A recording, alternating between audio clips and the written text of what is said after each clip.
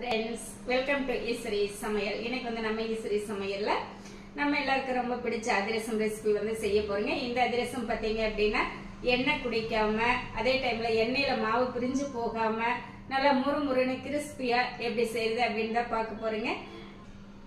இந்த ரெசிபி பார்க்கறதுக்கு முன்னாடி என்னுடைய வியூவர்ஸ் சப்ஸ்கிரைபர்ஸ் அனைவருக்கும் என்னுடைய இனிய தீபாவளி நல்வாழ்த்துக்கள்ங்க.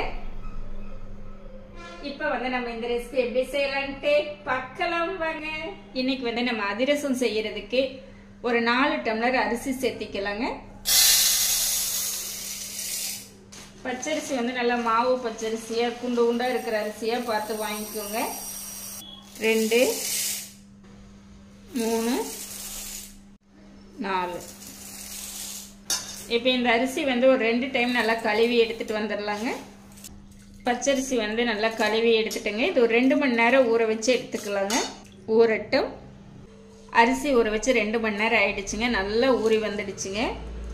இப்போ நம்ம இந்த தண்ணியை வந்து நல்லா வடிகட்டிட்டு ஒரு காட்டன் கிளாத் விரித்து அதில் இந்த அரிசியை போட்டு நல்லா உலர வச்சு எடுத்துக்கலாங்க.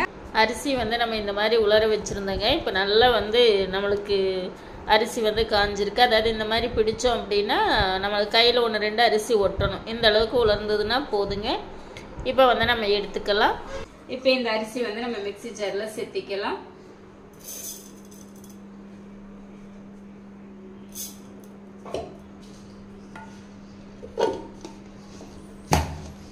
அரைச்சி எடுத்துட்டு வந்துடலாங்க.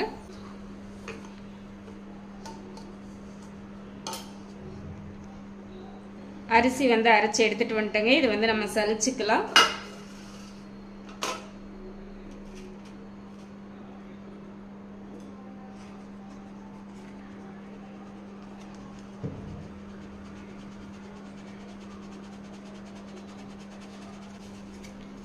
இப்போ பார்த்தீங்க அப்படின்னா நல்லா சலிச்சு எடுத்துட்டேங்க. இந்த மாதிரி சின்ன சின்ன குருணையா இருக்கு பார்த்தீங்களா? இது வந்து நம்ம அரிசி சேர்த்து அரைப்போம் பாருங்க, அது கூட சேர்த்து அரைச்சிக்கலாங்க. இது வந்து நம்ம மிக்ஸி ஜாரில் சேர்த்துட்டு மீதி அரிசியும் சேர்த்து இந்த மாதிரி எல்லாமே அரைச்சி இந்த மாதிரி சலிச்சு எடுத்துட்டு பார்க்கலாங்க. நம்ம இப்போ அரிசி மாவு வந்து நல்லா அரைச்சி சலிச்சு எடுத்துட்டு வந்துட்டேங்க. அதாவது நான் எடுத்துருக்கிறது வந்து பார்த்தீங்க அப்படின்னா நம்ம 2 டம்ளர் அரிசியோட மாவு தான் சலிச்சு எடுத்துருக்குறோம். மீதி 2 டம்ளர் அரிசி வந்து நம்ம முறுக்குக்காக அரைச்சி எடுத்துக்கலாம் அப்படின்னு சொல்லிட்டு எடுத்து வச்சுட்டேங்க. இப்போ இந்த 2 டம்ளர் அரிசி மாவுக்கு வந்து நம்ம 1.5 டம்ளர் வெல்லம் சேர்த்த போகிறோம். அதாவது வந்து 1 டம்ளருக்கு 1 டம்ளர் அரிசிக்கு 3/4 டம்ளர் வெல்லங்க. நம்ம 2 டம்ளர் அரிசி மாவுக்கு வந்து 1.5 டம்ளர் வெல்லம் சேர்த்த போகிறோங்க. மாவு வந்து இருக்கட்டும். நம்ம வெள்ளைப்பாகு வந்து ரெடி பண்ணிக்கலாங்க. 1/2 டம்ளருங்க, மொத்தம் 1.5 டம்ளர். இப்போ வந்து நம்ம தண்ணி சேர்த்திக்கலாங்க. அதாவது வெல்லம் மூழ்கிற அளவுக்கு சேர்த்திக்கோங்க. இல்லைன்னா இந்த டம்ளரில் வந்து ஒரு 3/4 டம்ளர் சேர்த்துனீங்க அப்படின்னா கரெக்டாக இருக்கும். ஃபஸ்ட்டு வந்து இந்த வெல்லத்தை வந்து நம்ம கரைய வச்சு எடுத்துக்கலாங்க. அடுப்பு ஆன் பண்ணிட்டு எடுத்து வச்சுட்டேங்க. இந்த வெல்லம் நல்லா கரையிட்டுங்க. வெல்லம் வந்து நம்மளுக்கு நல்லா கரைஞ்சிருச்சுங்க. எடுத்து வடிகட்டிக்கலாம். வெல்லத்தை வடிகட்டிக்கலாங்க.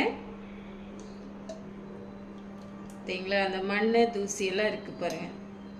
வெல்லத்தை வந்து வடிகட்டிட்டு திருப்பி அதே பாத்திரத்தில் வந்து நம்ம சேர்த்திட்டோங்க. இப்போ பாகு வந்து ரெடி பண்ணிக்கலாங்க. நல்லா கொதிச்சு வரட்டும். 1/2 ஸ்பூன் ஏலக்காய் தூள் சேர்த்திக்கலாம். 1 பிஞ்ச் அளவு உப்பு சேர்த்திக்கலாங்க. சேர்த்திட்டு இந்த மாவு வந்து ஒரு டைம் நல்லா கலந்து வச்சிடலாங்க. பாகு வந்து இப்போ நல்லா ரெடி ஆகிட்டு இருக்குங்க. இப்போ பார்த்தீங்க அப்படின்னா நம்மளுக்கு ஒரு கம்பி பதம் வர அளவுக்கு ரெடி ஆயிடுச்சு.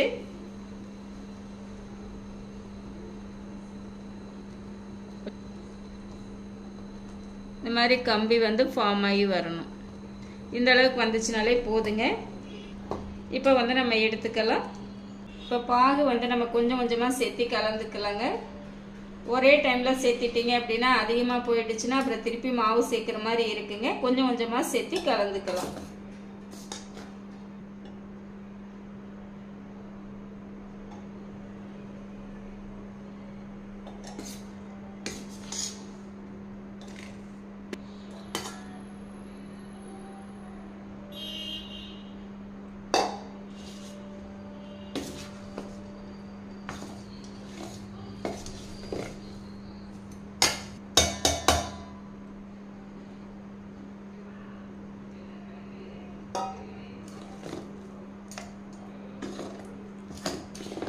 இப்போ வந்து நம்ம நல்லா கலந்துட்டேங்க.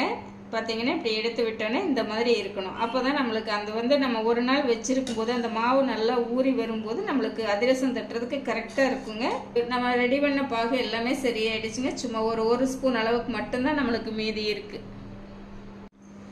இப்போ மாவு வந்து நல்லா கலந்துட்டேங்க. இது கொஞ்சம் ஆறட்டுங்க. ஆறுனதுக்கப்புறம் பார்க்கலாம்.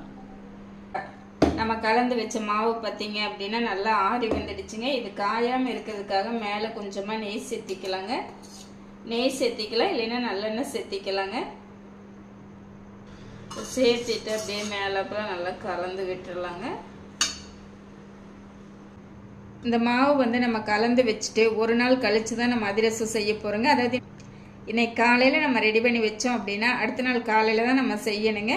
அல்லது ஒரு 2 நாள் விட்டு செஞ்சோம்னாலும் அதிரசம் நல்லா வரும். அந்த மாவு புளிக்க புளிக்க உங்களுக்கு அதிரசம் வந்து நல்லா வருங்க. இப்போ நம்ம ஒரு நாள் கழித்து பார்க்கலாங்க. மூடி போட்டுடலாங்க, இருக்கட்டும். அதிரச மாவு ரெடி பண்ணி வச்சு ஒரு நாள் ஆச்சுங்க. இப்போ நம்ம பார்க்கலாம். மாவு பார்த்தீங்க அப்படின்னா மேலே கொஞ்சம் கூட காயலைங்க. அப்படியே அங்கங்கே பபிள்ஸ் வந்திருக்கு பார்த்தீங்களா. மாவு வந்து நல்லா கரெக்டான ஒரு பக்குவத்தில் இருக்குங்க. இப்போ அப்படியே நம்ம கலந்து விட்டுக்கலாங்க. இப்போ நம்ம அதிரசம் தட்டி எடுக்கிறதுக்கு நான் ஒரு பால் கவர் வந்து எடுத்து வச்சுருக்கேங்க. இதில் வந்து ஆயில் அப்ளை பண்ணி வச்சுருக்கேங்க. உங்களுக்கு வாழையில் கிடைச்சிது அப்படின்னா கூட நீங்கள் அதில் வந்து தட்டிக்கலாம். இப்போ வாழையில் கிடைக்காத நேரங்களில் இந்த மாதிரி நம்ம ஒரு கெட்டியான கவர் அல்லது இந்த மாதிரி பால் கவர் இந்த மாதிரி கிடைச்சதுனாலும் நம்ம தட்டிக்கலாங்க. நம்ம இந்த மாதிரி ஒரு உருண்டை எடுத்துக்கலாங்க.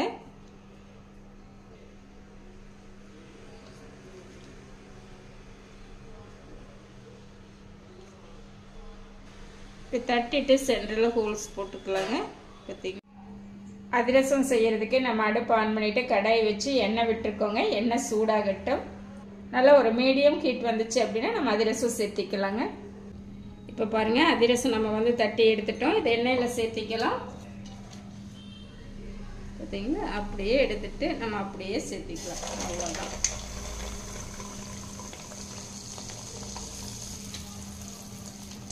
அடுப்பு வந்து நீங்கள் மீடியமாகவே வச்சுக்கோங்க. இப்போ வந்து நம்ம திருப்பி விட்டுக்கலாங்க. பாருங்க, இப்போ நல்லாவே நம்மளுக்கு வெந்துடுச்சு. எடுத்துக்கலாம். லைட்டாக இந்த மாதிரி ப்ரெஷ் பண்ணிங்க அப்படின்னா அந்த எக்ஸ்ட்ரா இருக்கிற எண்ணெயெல்லாம் அப்படியே வடிஞ்சிருங்க. அடுத்து பார்த்தீங்க அப்படின்னா 2வது ஒரு பீஸும் நம்ம தட்டி வச்சுருக்கோங்க. இப்போ இதுவும் சேர்த்திக்கலாம். பார்த்தீங்களா, அப்படியே எடுத்து சேர்த்திக்கலாங்க. அதிரசம் வந்து நம்ம திருப்பி விட்டுட்டோங்க. அடுப்பு வந்து நிதானமாக வச்சு பொறுமையாக செஞ்சீங்க அப்படின்னா அதிரசம் வந்து சூப்பராக வருங்க. 2 சைடும் நல்லா இந்த மாதிரி செவக்க விட்டு எடுக்கணுங்க. பார்த்தீங்களா, நல்லா புசு புசுன்னு அதிரசம் சூப்பராக வந்திருக்குங்க. இதே மாதிரி எல்லாமே செஞ்சுட்டு பார்க்கலாங்க. அதிரசம் எல்லாமே சுட்டு எடுத்துட்டேங்க. நம்மளுக்கு அதிரசம் பார்த்தீங்க அப்படின்னா கொஞ்சம் கூட ஆயிலில் பிரிஞ்சு போகாமல் ரொம்ப பர்ஃபெக்டாக வந்திருக்குதுங்க. இப்போ அதிரசம் பார்த்தீங்க அப்படின்னா நம்ம கிட்டத்தட்ட ஒரு 1/2 கிலோ மாவுக்கு சுட்டு எடுத்துகிட்டு வந்துட்டோங்க. அதிரசம் எல்லாம் பார்த்தீங்க அப்படின்னா நல்லாவே சூப்பராக வந்திருக்குதுங்க. பார்த்தீங்களா, கொஞ்சம் கூட எண்ணெய் எல்லாம் அதிகமாக குடிக்கவே இல்லைங்க. லைட்டாக அந்த எண்ணெய் அப்படிங்கிறது அதிரசத்தில் இருக்க தான் செய்யும். ஆனால் இந்த பிழையிற மாதிரி எண்ணெயெல்லாம் இதில் இல்லைங்க. அதுவும் இல்லாமல் நம்ம நெய் வந்து மேலே அப்ளை பண்ணி வச்சுருந்ததுனால ஒரு சைனிங்காக பார்க்குறதுக்கும் நல்லாயிருக்கு, சாப்பிட்றதுக்குமே நல்ல ஒரு டேஸ்ட்டாக இருக்குதுங்க. இப்போ பாருங்கள், இது நான் வந்து கொஞ்சம் பெருசாக போட்டிருந்தேங்க. இது வந்து உங்களுக்கு நான் பிச்சு காட்டுற பாருங்கள். மேலையெல்லாம் நல்லா கிறிஸ்பியாக, உள்ளே வந்து நல்லா ஸ்மூத்தாக சூப்பராக இருக்குதுங்க. சாப்பிட்டு பார்க்கலாங்க. அதிரசம் வந்து சூப்பராக இருக்குதுங்க. 2வது அதிரசம் வந்து நம்ம இப்போ தான் சுட்டு எடுத்துருக்குறோம். இந்த சுட்டு எடுத்த உடனே சாப்பிட்றத விட நீங்கள் அடுத்த நாள் சாப்பிட்டு பாருங்கள், அவ்வளோ டேஸ்ட்டாக இருக்கும். இந்த லைட்டாக இருக்கிற எண்ணெய் கூட இருக்காதுங்க. அந்த அளவுக்கு வந்து ட்ரை ஆகிடும். சாப்பிட்றதுக்கும் அவ்வளோ நல்லா டேஸ்ட்டாக இருக்குங்க. இதே மாதிரி இதே அளவுகளுடன் நீங்களும் இந்த தீபாவளிக்கு இந்த அதிரசம் செஞ்சு பாருங்க. நான் செஞ்ச இந்த ரெசிபி வந்து உங்களுக்கு ரொம்பவே பிடிச்சிருக்கும்னு நினைக்கிறேன். இந்த மெத்தட்ல நீங்களும் செஞ்சு பார்த்துட்டு எப்படி இருக்குன்னு கமெண்ட் பண்ணுங்க. பிடிச்சிருந்தா லைக் பண்ணி ஷேர் பண்ணுங்க. நம்ம ஈஸ்வரி சமையலை சப்ஸ்கிரைப் பண்ணி வச்சுக்கோங்க. அப்பதான் நான் போடுற வீடியோஸ் உங்களுக்கு உடனுக்குடன் நோட்டிபிகேஷனா வருங்க. என்னுடைய மற்ற வீடியோஸ் எல்லாமே ஒரு டைம் விசிட் பண்ணி பாருங்க. உங்களுக்கு ரொம்பவே யூஸ்ஃபுல்லா இருக்குங்க. தேங்க்ஸ் ஃபார் வாட்சிங்.